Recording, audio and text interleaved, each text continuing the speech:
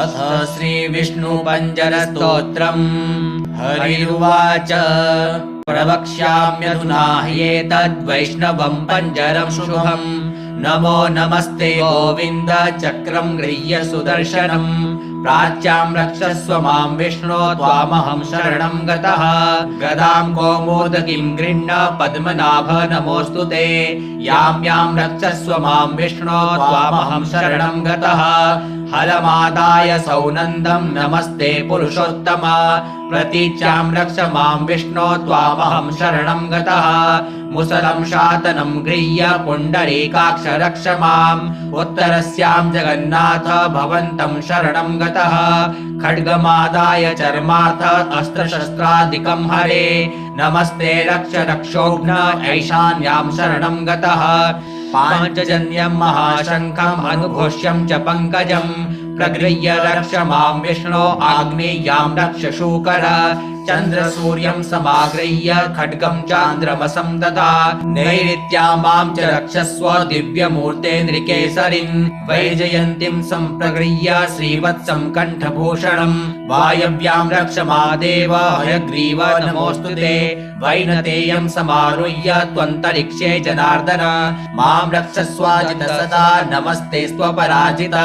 विशालाक्षं समारुह्य रक्ष मां त्वं रसातले। अकूपार नमस्तुभ्यं महामीन नमोऽस्तु ते। करशीर्षाद्यङ्गुलीषु सत्यं त्वं बाहुपञ्जरम्। कृत्वा रक्षस्व मां विष्णो नमस्ते पुरुषोत्तम। एतदुक्तं शङ्कराय वैष्णवं पञ्जरं महत्। पुरा रक्षार्थमीशान्यः कात्यायन्या विषध्वज।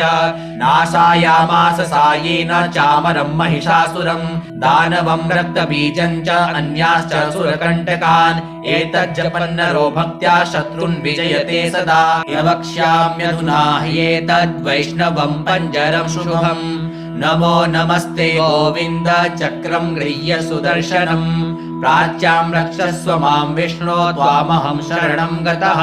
गदां कौमोदकीं गृह्ण पद्मनाभ नमोऽस्तु ते। यां यां रक्षस्व मां विष्णो त्वामहं शरणं गतः। हलमादाय सौनन्दं नमस्ते पुरुषोत्तम।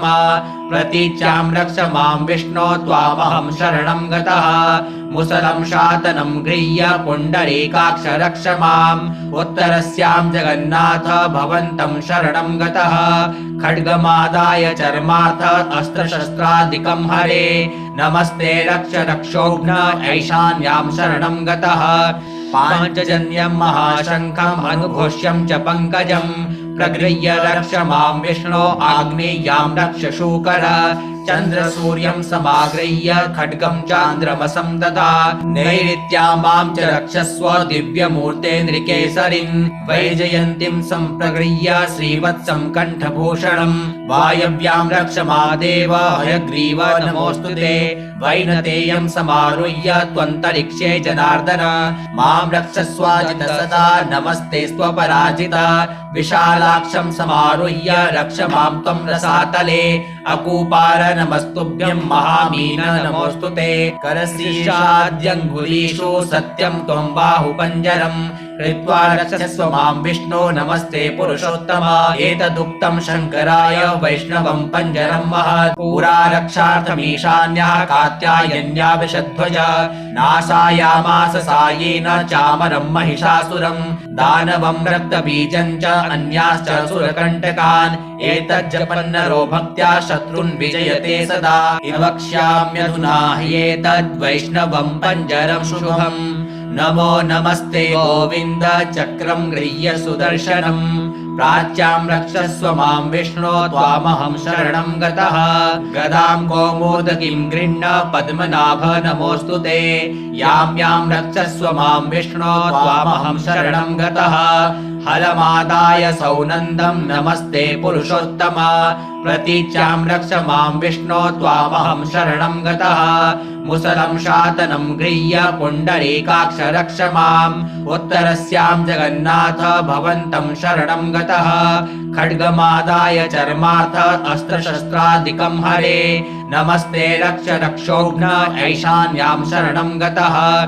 पाञ्चजन्यं महाशङ्खम् अनुघोष्यं च पङ्कजम्। प्रगृह्य रक्ष मां विष्णो आग्नेय्यां रक्ष शूकर चन्द्रसूर्यं समागृह्य खड्गं चान्द्रमसं ददा नैऋत्यां मां च रक्षस्व दिव्यमूर्ते नृकेसरिन् वैजयन्तीं सम्प्रगृह्य श्रीवत्सं कण्ठभूषणम् वायव्यां रक्ष महादेव हयग्रीव नमोऽस्तु ते वैनतेयं समारुह्य त्वन्तरिक्षे जनार्दन मां रक्षस्वाजित सदा नमस्ते स्वपराजित विशालाक्षं समारुह्य रक्ष मां त्वं रसातले अकूपार नमस्तुभ्यं महामीन नमोऽस्तु ते करशीर्षाद्यङ्गुलीषु सत्यं त्वं बाहुपञ्जरम् कृत्वा रक्षस्व मां विष्णो नमस्ते पुरुषोत्तम एतदुक्तं शङ्कराय वैष्णवं पञ्जरं महत् पुरा रक्षार्थमीशान्यः कात्यायन्या विषध्वज नाशायामास सायेन चामरं महिषासुरं दानवं रक्तबीजं च अन्याश्च सुरकण्टकान् एतज्जपन्नरो भक्त्या शत्रुन् विजयते सदा वक्ष्याम्यधुना ह्येतद्वैष्णवं पञ्जरं शुभम् नमो नमस्ते गोविन्द चक्रं गृह्य सुदर्शनम् प्राच्यां रक्षस्व मां विष्णो त्वामहं शरणं गतः गदां कौमोदकीं गृह्ण पद्मनाभ नमोऽस्तु ते यां यां रक्षस्व मां विष्णो त्वामहं शरणं गतः हलमादाय सौनन्दं नमस्ते पुरुषोत्तम प्रतीच्यां रक्ष मां विष्णो त्वामहं शरणं गतः मुसलं शातनं गृह्य पुण्डरीकाक्ष रक्ष माम् उत्तरस्यां जगन्नाथ भवन्तं शरणं गतः खड्गमादाय चर्मार्थ अस्त्रशस्त्रादिकं हरे नमस्ते रक्ष रक्षोघ्न ऐशान्यां शरणं गतः पाञ्चजन्यं महाशङ्खम् अनुघोष्यं च पङ्कजम् प्रगृह्य रक्ष मां विष्णो आग्नेय्यां रक्ष शूकर चन्द्रसूर्यं समागृह्य खड्गं चान्द्रमसं ददा नैऋत्यां मां च रक्षस्व दिव्यमूर्ते नृकेसरिन् वैजयन्तीं सम्प्रगृह्य श्रीवत्सं कण्ठभूषणम् वायव्यां रक्ष महादेव हयग्रीव नमोऽस्तु ते वैनतेयं समारुह्य त्वन्तरिक्षे जनार्दन मां रक्षस्वाजित सदा नमस्ते स्वपराजित विशालाक्षं समारुह्य रक्ष मां त्वं रसातले अकूपार नमस्तुभ्यं महामीन नमोऽस्तु ते करशीर्षाद्यङ्गुलीषु सत्यं त्वं बाहुपञ्जरम् कृत्वा रक्षस्व मां विष्णो नमस्ते पुरुषोत्तम एतदुक्तं शङ्कराय वैष्णवं पञ्जरं महत् पुरा रक्षार्थमीशान्यः कात्यायन्या विषध्वज नाशायामास सायेन चामरं महिषासुरं दानवं रक्तबीजं च अन्याश्च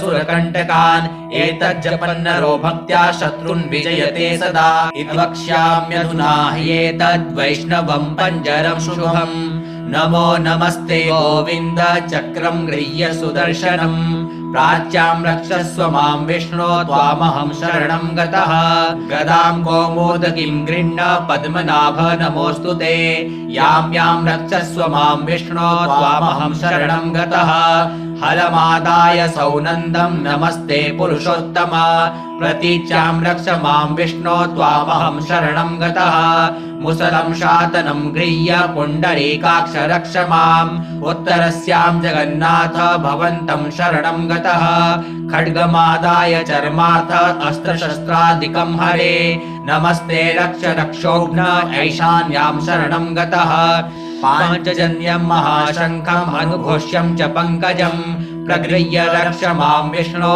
आग्नेय्यां रक्ष शूकर चन्द्रसूर्यं समागृह्य खड्गं चान्द्रमसं ददा नैऋत्यां मां च रक्षस्व दिव्यमूर्ते नृकेसरिन् वैजयन्तीं सम्प्रगृह्य श्रीवत्सं कण्ठभूषणम् वायव्यां रक्ष महादेव हयग्रीव नमोऽस्तु ते वैनतेयं समारुह्य त्वन्तरिक्षे जनार्दन मां रक्षस्वाजित सदा नमस्ते स्वपराजित विशालाक्षं समारुह्य रक्ष मां त्वं रसातले अकूपार नमस्तुभ्यं महामीन नमोऽस्तु ते करशीर्षाद्यङ्गुलीषु सत्यं त्वं बाहुपञ्जरम् कृत्वा रक्षस्व मां विष्णो नमस्ते पुरुषोत्तम एतदुक्तं शङ्कराय वैष्णवं पञ्जरं महत् पुरा रक्षार्थमीशान्यः कात्यायन्या विषध्वज नाशायामास सायेन चामरं महिषासुरं दानवं रक्तबीजं च अन्याश्च सुरकण्टकान्